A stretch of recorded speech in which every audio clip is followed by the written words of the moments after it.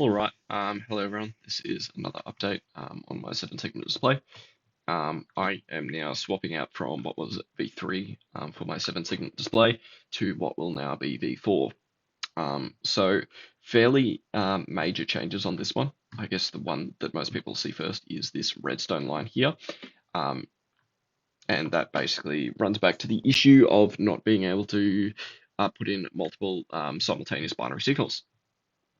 So that redstone line running around here is essentially a synchronization line. So very, very quickly, what the issue was is, say, these two pistons fire at once.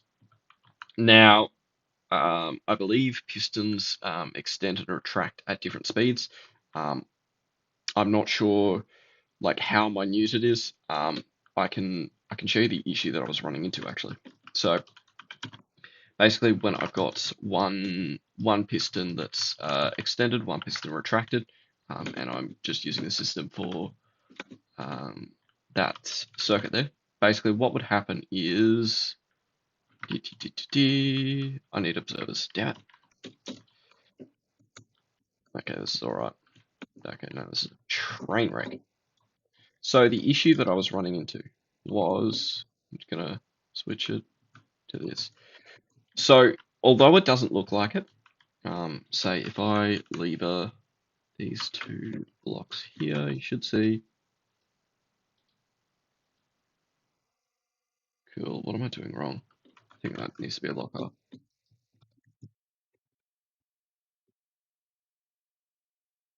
right, please work. Yes. Okay.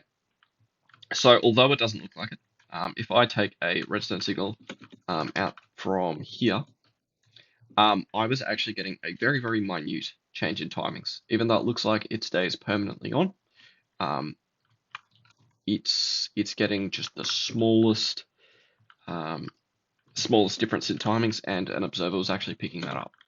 So I'll fire that again so you can see. Now it only happens on like one side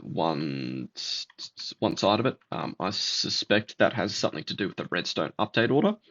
Someone can correct me on that if I'm wrong.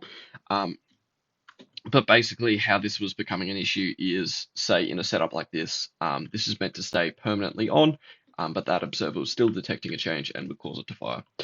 So in this setup here, say if I want to display 3, that is of course 0011.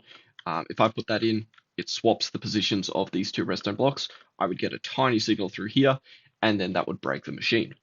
So basically what I did was I ran a synchronization wire around the side, and that basically keeps everything on until basically the end of the redstone tick, and then it can update as it pleases. So that allows me to now take multiple simultaneous binary signals into the same thing. So big win there. So I'll show you what that looks like. I can pulse those together, boom, and then I can take it off, boom. The downside is I basically need to have everything synchronized, and I also need to clear the signal prior.